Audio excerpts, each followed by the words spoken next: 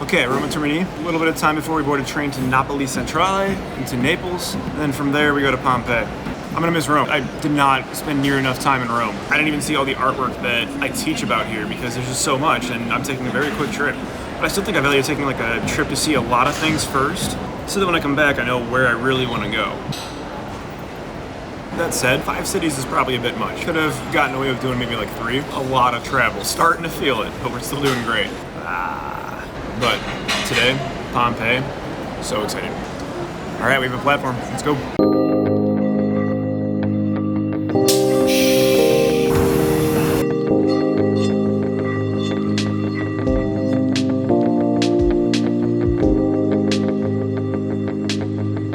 The train that got me here was called the Circumvesuviana. Basically like public transportation train that goes all the way around Mount Vesuvius.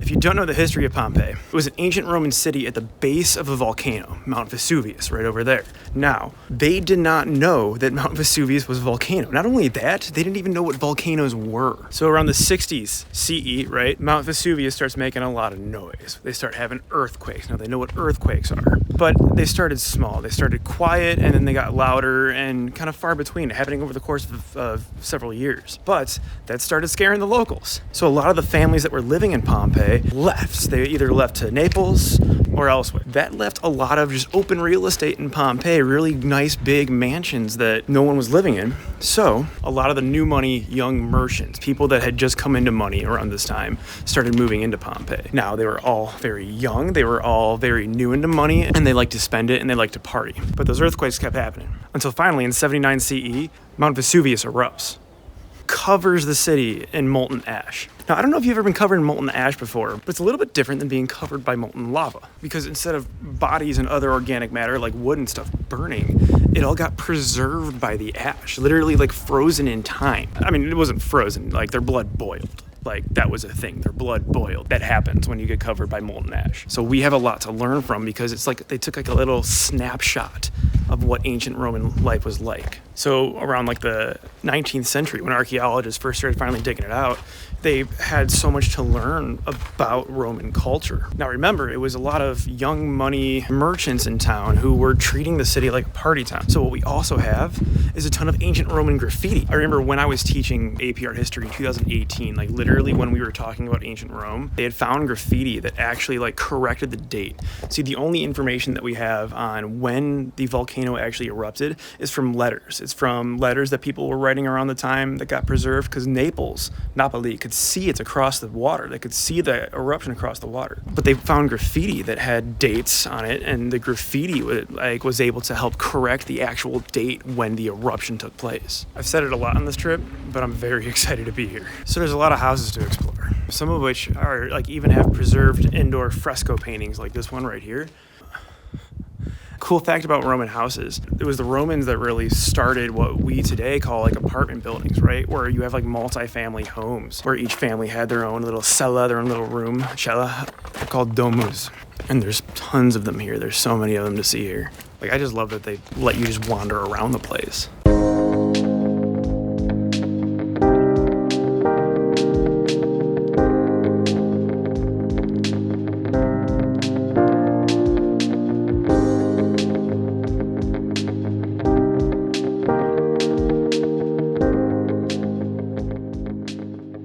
See, this is so cool that they have the amphitheater set up to do shows again. I know Pink Floyd was like one of the first, if not the first. Correct me if I'm wrong on that. It's so cool. Imagine playing a show at Pompeii.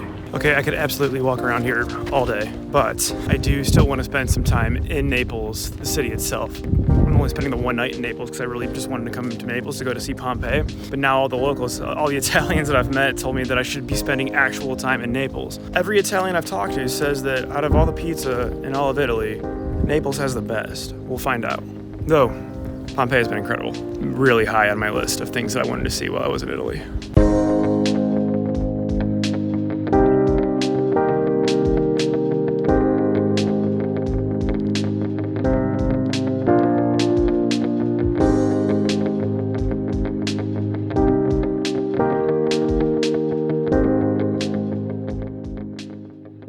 Just got to my gate at the airport in Naples.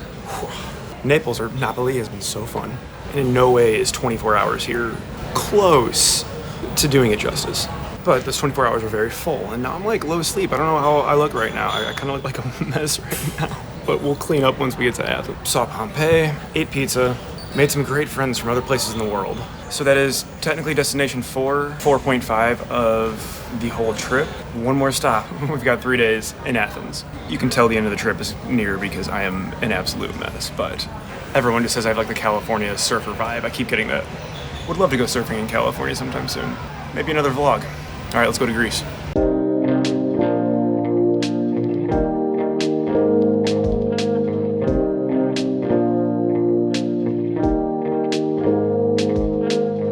This has been one of my top places that I've wanted to visit for a very long time. Right away off the subway, I am already very excited.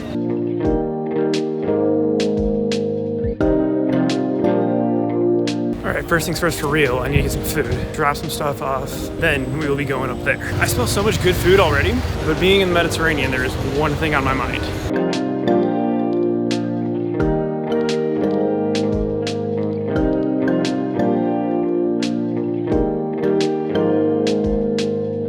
So over the last 4 years or so, falafel has become one of my all-time favorite foods, but I've only ever had it in Chicago and in the United States. It is a Mediterranean dish originally. So I asked some friends, and this was the best spot to go where I'm staying in Athens. Yeah, no exaggeration, that was the best falafel I've ever had. And I've never been one to think that just because something comes from somewhere, they did it the best. And I know falafel didn't necessarily come from Greece, it didn't come from Athens. And I actually looked into it once. Its history is kind of up for debate, who did falafel the way it's done now first. I think Lebanon was doing lentils a long time ago, but whatever. I've never been one to think that just because someone does something first, they did it the best. But then I had pizza in Napoli the other night, which is the birthplace of pizza. And oh my God, it's just and the difference isn't necessarily in the styling, right? You think Chicago pizza versus New York pizza, right? That's styling. The difference here is in the ingredients and what the local climate does to the natural ingredients that they use for the food. Where Naples is geographically, the way that the sun and the temperatures hit the tomatoes that they use for their tomato sauce just so happens to create the best tomatoes for it. At least that's what I was told by someone from Italy. Now it's time to do some tourist stuff. Winding my way towards the Acropolis, which is pretty easy to do because it's so visible wherever you are. Just everywhere I go now in this area, it's just the Acropolis is looming. It's here. It's just this big natural terrace, just completely above everything. All right.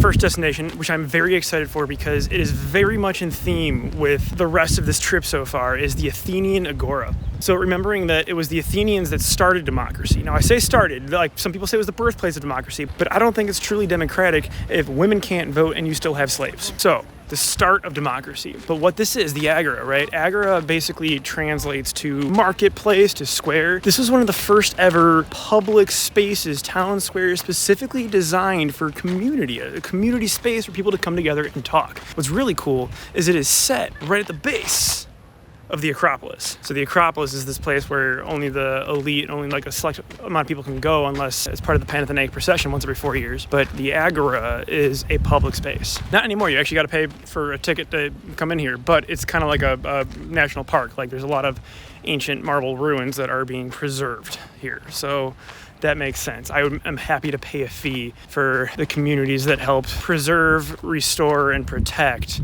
these ancient sites. So the Agora, right? Here's a reconstruction of the Stoa, this market space, right?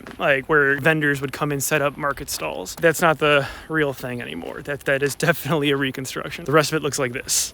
This feels so cool just walking through here because some of my favorite stories of the Agora are of Socrates, because Socrates would have been living around this time of classical ancient Greece. That is, if we believe that Socrates existed. There's a lot of conspiracy that Socrates didn't exist, that Plato and Aristotle existed, but Socrates was a mythological fictional character. It was a parable. But there's the stories of Socrates walking through this very space and just going up and trying to spark intellectual conversation, trying to spark philosophical conversation, which sounds cool because he's going going up and asking everyone, like, oh, like, are you happy? Like, why do you think this is the way it is? Do you think it could be another way? How can we make this another way? But if that's the truth, then in reality, Socrates would have been really annoying. So some of my favorite bits of Socrates walking through the public square, right, of the stories of him walking through and starting his conversations, allegedly he would ask people something along the lines of, are you taking care of yourself? Are you looking after yourself? And when we think of the ancient Greeks, we think of the Olympics, we think of public gymnasiums. So much of their culture was striving to be an ideal form, right? That's why we have these idealized sculptures of humans celebrating what it was to be human. But Socrates asking that, he's asking that in a way of like self-care, right? This is like a very important, fundamental, foundational block of our ancient Greek and Roman humanism is self-care. For many, that takes place in the form of health and lifestyle, of working out and eating healthy. For some, that takes place in the form of reading, of keeping your mind sharp, of staying up to date and staying informed and stretching your brain, stretching your mind. And for some, that comes in the form of being careful with where you put yourself and what context you put yourself in. Are you putting yourself in too dangerous of a context and too vulnerable of a context? But that's why I love it so much, because like along with democracy, we have the start of self-care. And after this last year and a half of being in a global pandemic, that was something that everyone kept talking about, kept asking, how are you taking care of yourself, of looking after for yourself? Because we all know that we needed it. We needed the self-care in such a very difficult time. But literally being able to walk through the Agora, this community space built for people to come together, to talk about new ideas, to share their beliefs, and to look after each other, to take care of themselves with each other, to live together. This is where the Romans got it from, and in turn, where the Renaissance got it from, all that stuff we saw in Florence and Firenze. Very happy to be here.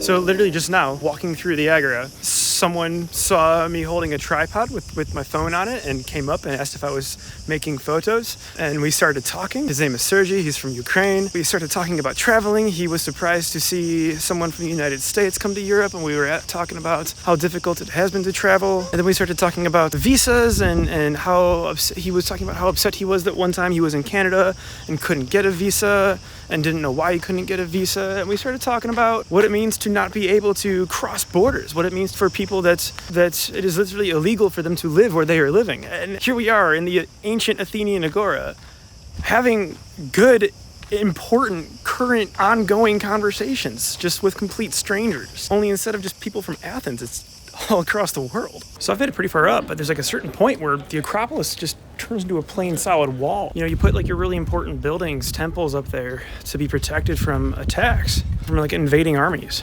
It was still attacked many, many times over. Man, I have been like learning about this place and like thinking about this place since I was a little kid. Like learning about ancient Greece after reading all like mythology stories. Before Percy Jackson. Percy Jackson wasn't my age group. That came after me. But for sure, Age of Mythology, for sure. Disney's Hercules, Troy with Brad Pitt and Orlando Bloom. all that stuff just like gets you started, right? Next thing you know, you're going to those places. I just saw Spartan gladiators run into a field of pigeons. Here they are.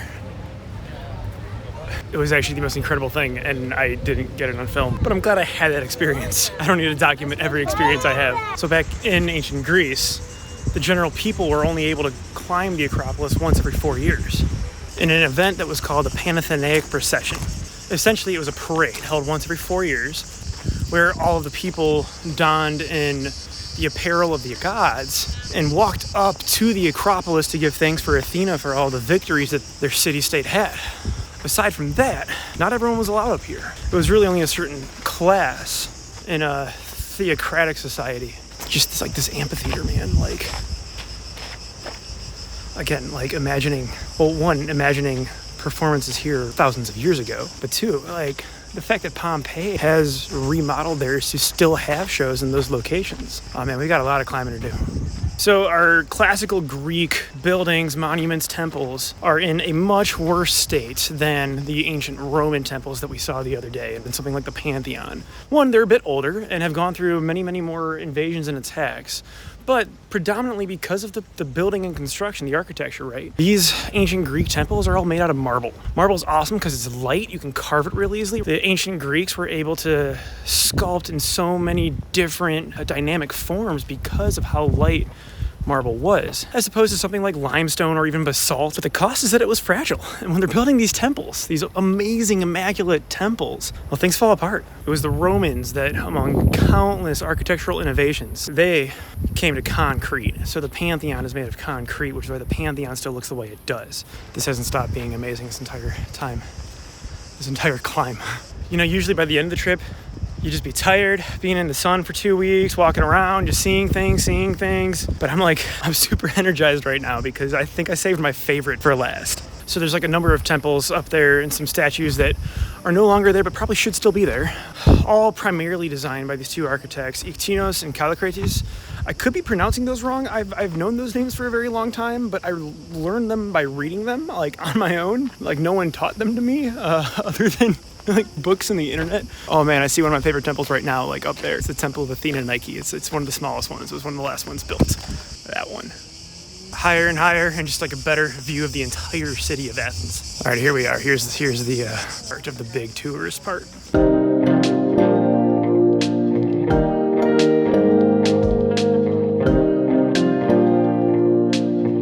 It's massive. You know, you see it in pictures for so long, and you get an idea of it. But wow. So, the Parthenon, built around like 438, 432 BCE, along with most of the other buildings here on the Acropolis. Just, I don't know, like finding words is hard right now, which is weird because I've been teaching about this building for years now. So the pediment of the Parthenon would have had sculptures depicting the birth of Athena. How the story goes is that basically Zeus had a big headache, got a like hammer clocked to his skull, and bam, Athena came out of his skull. And it would have depicted that scene. Were not destroyed or taken or removed or lost. You know, the British National Museum still has parts of it. They still have Helios with horses and Dionysus from that scene. But why does the British National Museum have it? We know it belongs here. We know it was taken unethically. Athens has an Acropolis museum. So that's a very important conversation that I have with my AP art history students of what does it mean to decolonize art history? What is the most ethical way of going about it? You know, in any debate, whenever they're asked, the British National Museum says that because they house these things, the whole world can come and see it in a more secure, safe, conservatory space for a lot of these artifacts. But like what's crazy is like you think about the Benin bronzes, these bronze relief sculptures from the ancient kingdom of Benin. Many people that are from modern day West Africa don't have the ability to travel to the British National Museum to go and see these ancient pieces from their own culture. So what do we do? How do we do it? Is it good that the British National Museum is able to take care of these objects and artifacts? They have proposed systems of loaning out these artifacts to different countries for exhibitions that could last months to years. But a lot of places like Athens, Rome, where I've been on this trip, their economy